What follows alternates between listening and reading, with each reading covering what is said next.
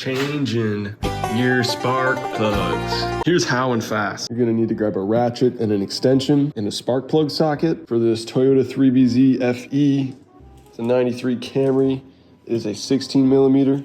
Step 2, remove the ignition coil or plug wire. Be gentle, don't rip it. Step 3, loosen the plug.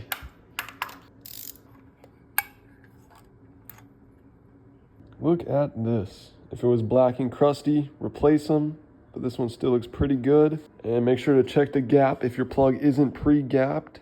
You're going to want to thread the new plug in by hand at first, just to avoid cross-threading. Grab your extension, and then just simply snug it hand tight with the ratchet.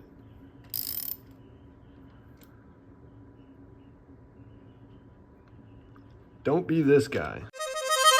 I torqued my Ford Fart 150 and it's misfired on the 6-cylinder. I torqued it to 133 foot-pounds.